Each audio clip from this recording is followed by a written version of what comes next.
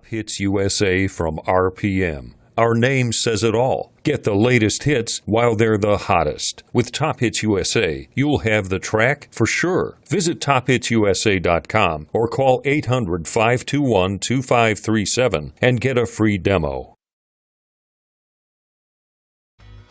DJ Event Planner will change the way you manage and run your business. Streamline all of your procedures and software into one easy-to-manage system.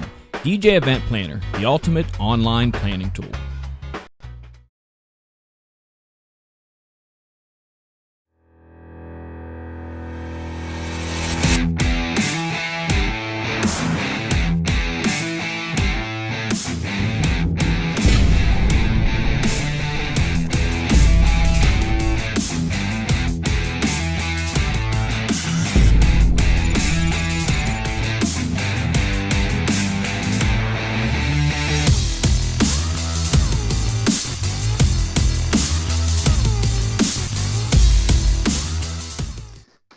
All right, we are here. It is Monday night. It is time to talk DJ stuff. It's time to talk gear. It's time to talk projectors. It's time to talk to the one and only Nick Airriess. Yes, this is the Nick Airriess that you guys have seen on our shows before. You've seen him walking around conventions around the country, and we have got him right here, right now on our show. Good evening, Nick.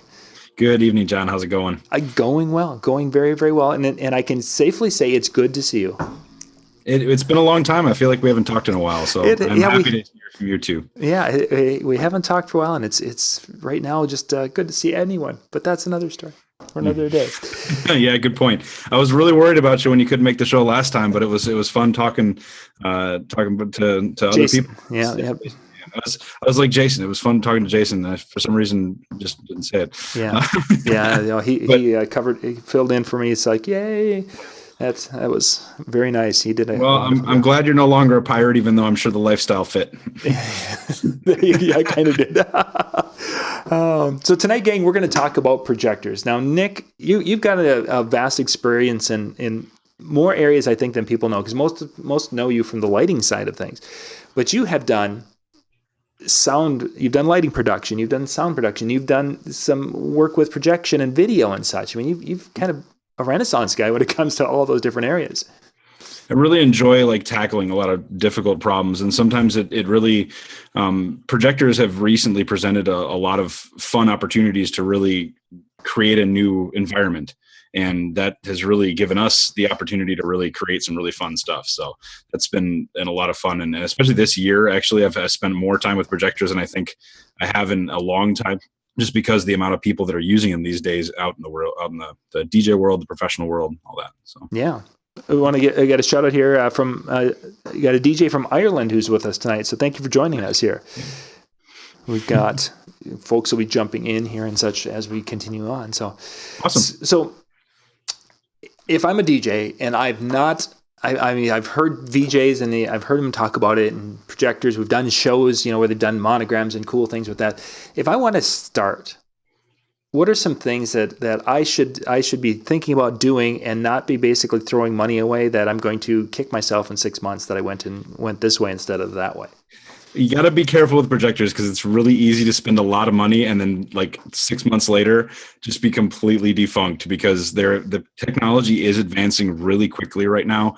So it's just really important to get something that'll survive those upgrades a little bit and really give you the best bang for buck while being able to, dude, we've talked so many times on the show about multi-use lighting. We've got to have something that is able to do multiple things and only pay for it once. So that's the projectors are like the perfect Swiss Army knife for that. They really, really to me still are not 100% utilized. They're still only just becoming, uses are being found more and more and more. I mean, you've seen this year in the last 2 years, a lot of mapping being done on walls where they'll have snow coming down in the background of an event.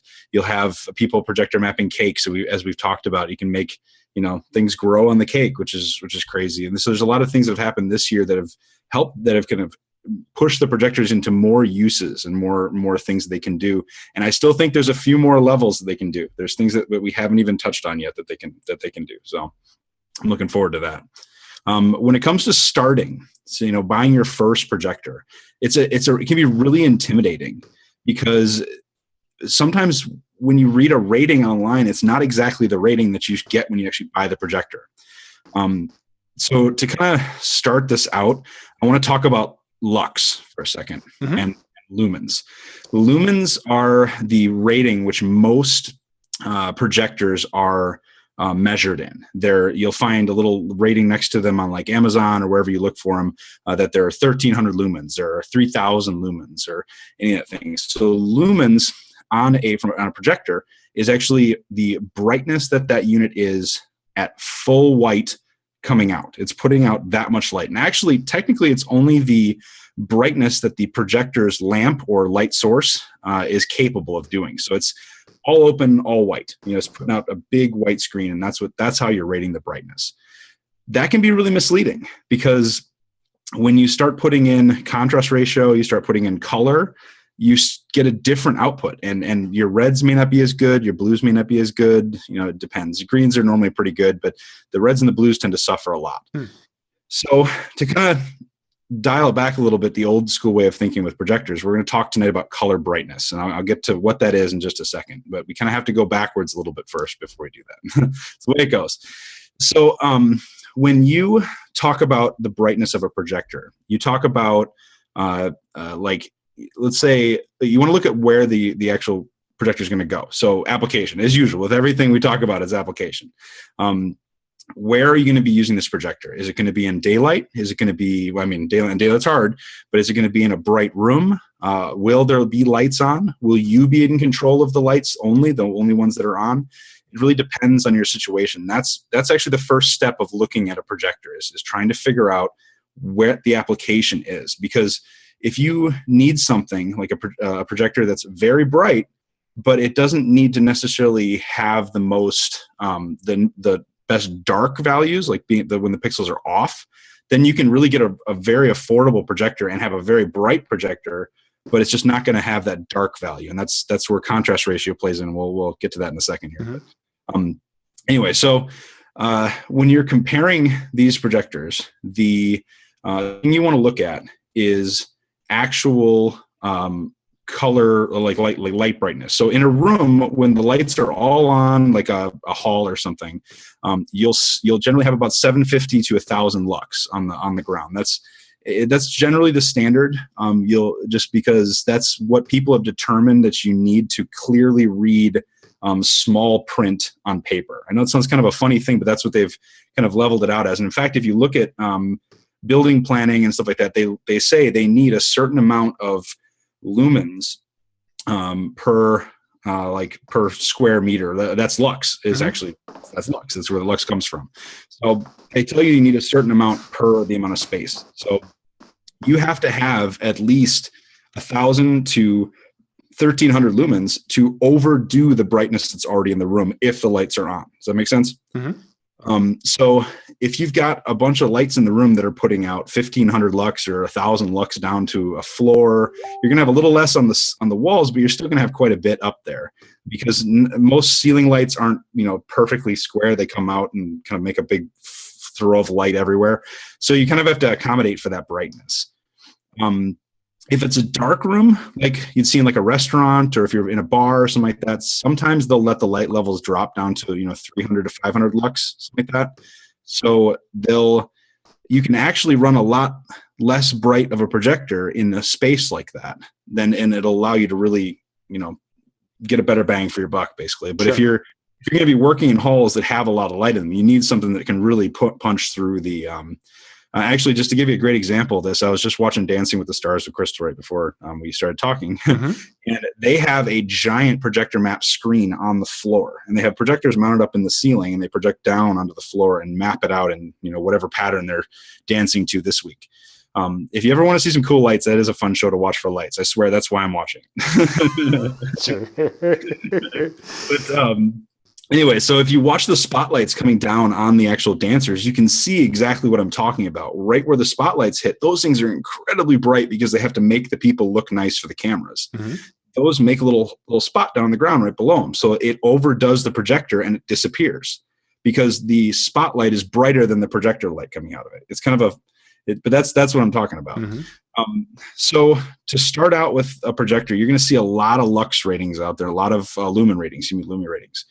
And there's some really affordable ones that are, $100, $200, $300, but these ones I would really suggest avoiding.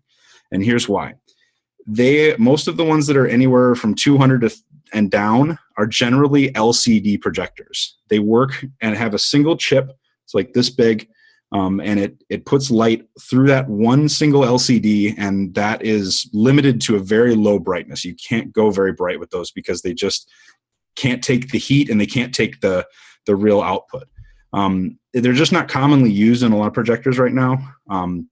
The next level up from that, which is more common, which you'll see a lot of, is DLP, digital production. That's really, really common. What that has is it actually has a wheel that spins around. I have it's a little bit of it's green, a little bit of it's red, a little bit of it's blue, and sometimes they even throw in white and cyan and amber and stuff like that. Not amber, sorry, cyan and magenta and yellow, just to kind of blend the colors together. But they're really not. If you think about it, so it has the single LCD still in front of it, but then you have this wheel spinning around behind it, and every time the wheel hits red, it puts out at the projector what's red. Every time it hits green, it puts out what needs to be green on the projector. So that wheel has to spin incredibly fast to be able to keep up with everything that's going up on the display. 9 times out of 10, DLPs work great. They're cheap. They're really, really, the lamps are cheap. I shouldn't use cheap. Cheap's a bad word. They're affordable. Yeah. I own a couple of DLP projectors. I have some Optima GTX 760s that are a short throw. And I bought those because they were a 1080p projector, so they had a really good screen quality. And those are great for doing really nice short throw projector mapping. Like if you're going to be mapping out a space that you don't have a lot of distance, that's basically why I bought those. Sure. So the DLPs are really nice because they are very affordable, but they've got a big problem. Because of the color wheel spinning around, the actual color brightness or like we were talking about is not very high. And here's why. Color brightness is rated based on the brightness of red, the brightness of green, and the brightness of blue. And it's not even compared in 1 point. It's actually compared in a 9 point. I have a little example of that for you here so you can see what it looks like. So I took a picture of it on my phone because it's the only way I have it at the moment. So you can see this little. Yeah. So what that is, that's actually 3 separate screens. And those 3 screens have, it's called a 9 point. They use it in lighting sometimes in the professional world, but a 9 point for projectors is set up like this, where they'll have in one card, it's red, green, blue, green, red, blue, blue, green, red, and so they're never in the same spot. They're always different. Mm-hmm. And so you take that one, what's it called? You take the all 9 colors there and you rate the brightness of all of them. And then you switch the card and take a brightness of all of them, and then switch the card and take a brightness of all of them. So it's like you're dividing it up into 9 points, and then you're taking the brightness of the red, brightness of the green, and brightness of the blue all at one time.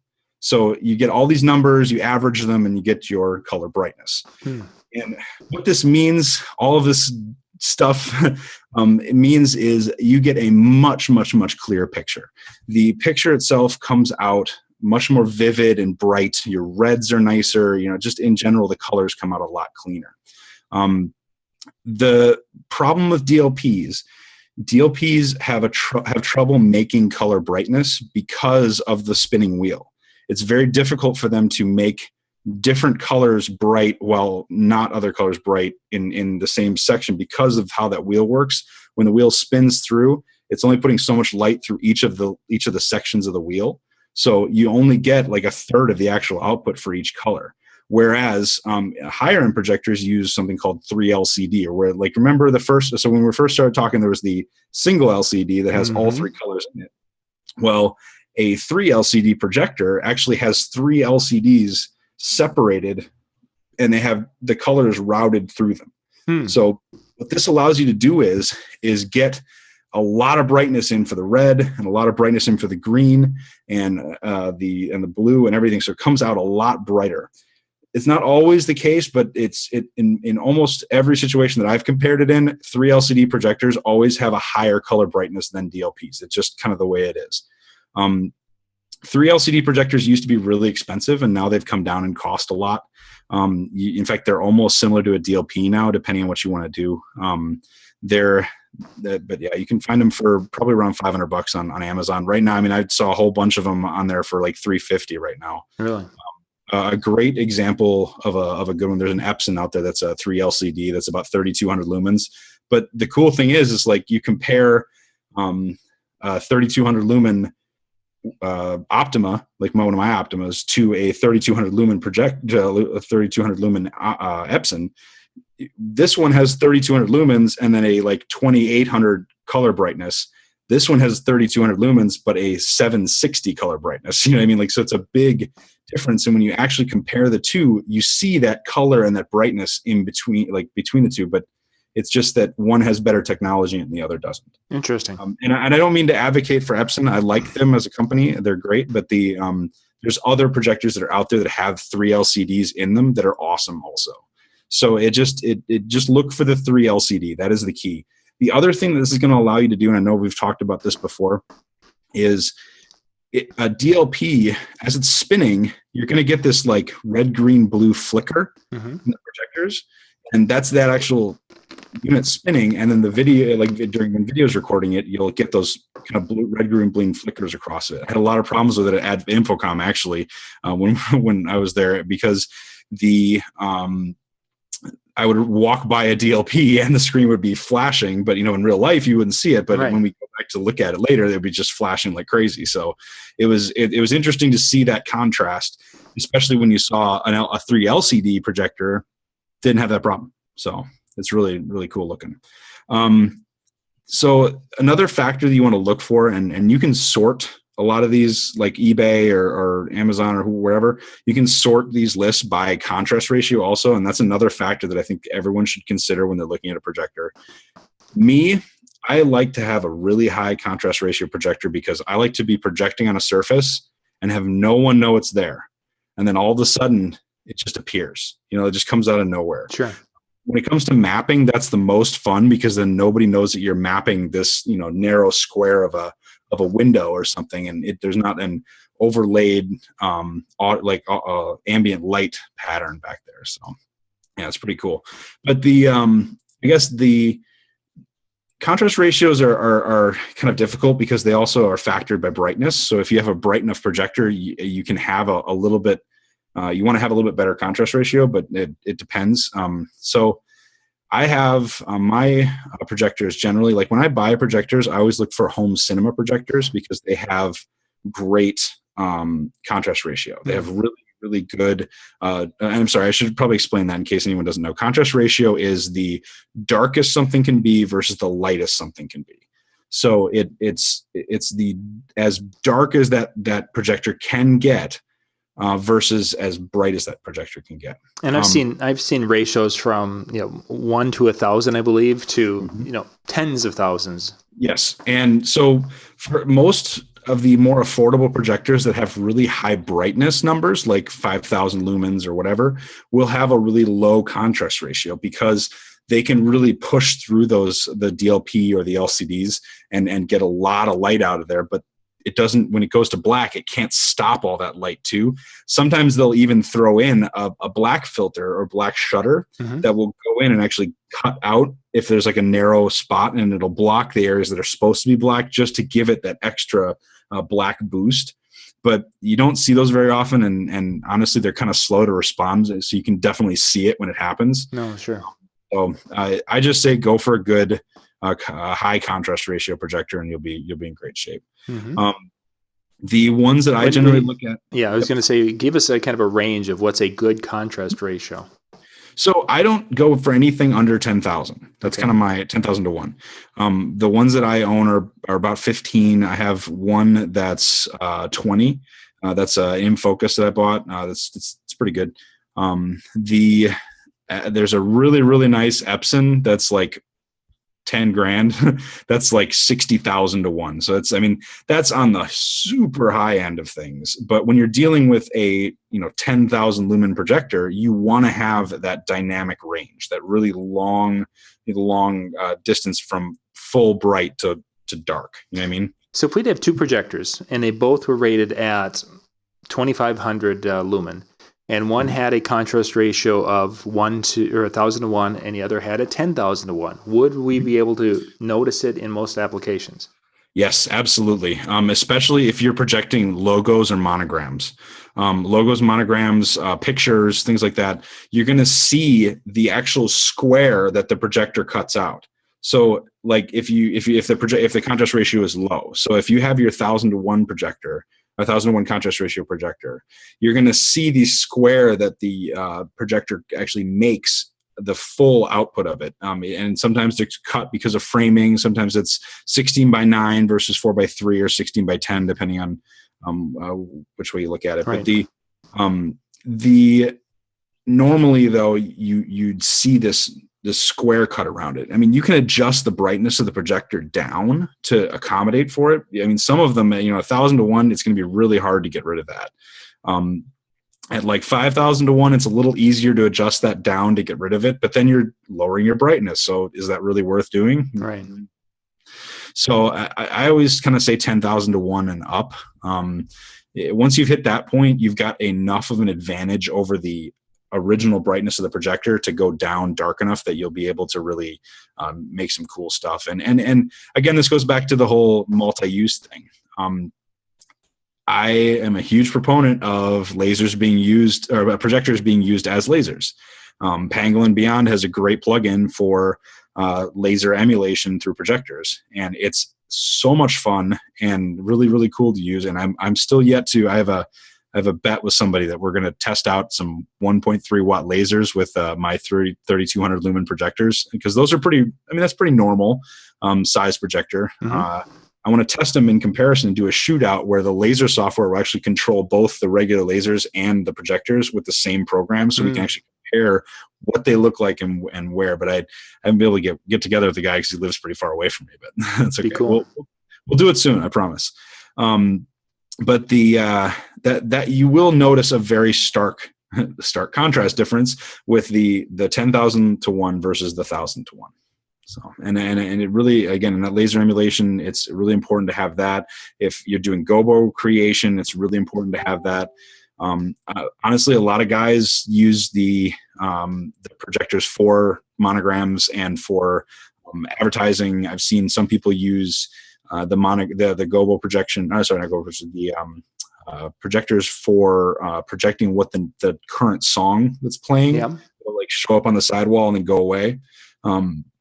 And you can configure a software to do that pretty easily. It's not too hard to do, but you can use it for that. And then looks like the song title just shows up on the wall and then just disappears, so it adds another element, and it's a lot of fun.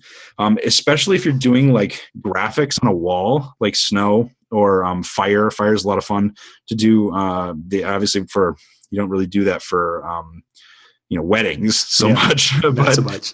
You would use that for like a Halloween party, or I actually did. I can't remember. I saw somebody online using fire for it was like a red themed party. I don't know. It looked kind of cool, but it's definitely, you can use things like that in graphics that will make it look like the wall is actually doing something, like rain is coming down, or any number of things. So let's we've only got a couple of minutes left here, Nick. For persons looking for a 3 LCD, am I correct? Mm-hmm. Yep. Okay, with a higher contrast ratio, what kind of to give? They're wondering about what that's going to ballpark if they can find something out there new and used. So, sure. Any suggestions of that? Yeah, absolutely. I mean, one of my favorites is it's an Epson Home Cinema 640. It's 3,200 lumens and it's a 3 LCD. That thing's on Amazon right now for $350. I mean, it's a great projector. It's bright. It's got HDMI ins. Oh, we totally forgot to talk about that. Let's talk about that really quickly. I'm gonna get input sources, HDMI, DVI. You just have to buy based on what your computer outputs. But at this point, I would make sure it has HDMIs. because a lot of guys will actually use a Google Chromecast or a wireless HDMI splitter to connect to the projector itself, so they don't have to run wires up to it, and then they just share it as a second desktop, or just depending on how you have your Chromecast set up or what you're doing with it. If you're just putting an image on there, you just put the image as your background as your second monitor on your computer and call it a day. Yeah, yep, done that before. Yeah, so that you got to think about your input sources, the when you're going to use it, but most of them are now being sold with HDMI. So yeah. But when you're looking at projectors right now, there's really no reason to spend more than about $600, because at least for the normal DJ wedding guy, because the thing is that in most venues, you're going to be in control of the light. You're going to be in control on how dark or bright the facility is generally. And if you're not, 3,200 lumens is pretty good. It's not going to get you over the brightness of a lot of the house lights, though. That's where you really got to step it up to the 5,000 or John, you have a 5,000, don't you? Yep. 5,000 lumen? Yeah. And I mean, that thing, if you put it in a room that's pretty bright, you can still see it pretty well. Yeah. But that one has a lower contrast ratio. So it's going to be a little bit, if you do it in a very dark room, you'll see the square where it's projected. Yeah. So that's kind of a trade-off. You can get a lot of oomph and get over the lights in the room that you're working in, or you can get that really high contrast ratio and use it in dark rooms. So it just depends. There's kind of to me, there's a tiered level in projectors. It's like 350 to 500, and then like 1,200 to 1,500. So it just depends on how, what level you want to go to. If you're really looking for the professional level, you can get up into the 1,500s. You can get up into the 10,000s if you really want to, but that's a lot. Yeah, they get big bucks. I'll be honest, I've been really happy with my. I have two 5Ks that are similar to the one that you have, but the difference is they stack. So you can actually put one and then set one right on top of the other, and have them project the same screen and just loop the output. That gives you a 10,000 lumen projector. Mm-hmm. So if you need to get into that really high brightness range, sometimes it's cheaper to buy two of a single and double it than it is to buy one massive one. And then later, if you have a venue that only needs a small one, you can do two instead of. Sure. Something to keep in mind. But again, those are the higher brightness ones, and you're going to want to make sure you look for ones that stack, because not everyone stacks. Trust me. But if you're looking for the DJ wedding market and you're going to be using it for monograms, go projection, things like that, I really would recommend something in the 3,200 lumen range. Make sure you check the color brightness. Make sure the color brightness is good, or at least close to the lumen mark. It's when it's not, it's kind of bad. In fact, actually, John, there's a great website that you can go to compare color brightness of projectors. It's colorlightoutput.com. And they have a really cool buyer's guide. It's called Projector Buyer's Guide to Color Brightness, and they have a huge list of models that all have their color brightness listed with their rated brightness. And they did an independent review of a whole bunch of them. It's kind of neat to know. There's a PDF you can download and look at. So when you're looking at projectors, don't hesitate to just check that site with the one you're looking at and see how it actually comes out in their scale. Now, granted, not every single one is measured. So you're not going to have every single one on there, especially some of the newer ones. And I'm sad we didn't get to talk about light sources, but that's definitely something we should cover in another one. For sure. Quickly, the model of the Epson that you mentioned on Amazon, and the models that stack that you have, if you have that model number. Sure. Yeah, my Panasonic stack. The model, the Epson one is the Home Cinema 640. It's like a 3,200 lumen one. And you can see the whole color brightness rating and everything. And those are like 350 right now, it looks like, which, I don't mean to advertise for them, but I've just had a lot of luck with this projector specifically. And it's been a really, really good one. The Panasonics, I don't see them online at the moment. I just looked, and I will have to send you that information. I don't have it on me at the moment. Yeah. I've seen Panasonics that stack, but I know the ones I've got two. Yeah, my PT, I want to say they're like PT 1000 USs or something like that. I can't remember exactly the model number. I have to go look at it, but they're really, if you type in projector stack, it's really, really easy. And if you really want to, like, if they don't stack, just put a little wood box. Just make sure you leave the side that has the vents on it open. Well, yeah, so you can move air. So you can move air out of there because it'll get really hot. Yeah, there's some really cool DIY projects where they've used threaded pipe and area. Yeah, and it's really, really easy to do. And I've seen some people build wood ones. I've seen metal ones. It just depends. And honestly, if you buy some projectors because you like their features and they don't stack, you can figure out how to make it. For sure. Nick, we got to cut things going here. Thank you much for being on tonight. Gang, we'll be back in just a couple of minutes. In the description below is our second show for tonight. We'll have Jason back in just a few minutes. Nick, thanks for being on. Thanks, John. See ya.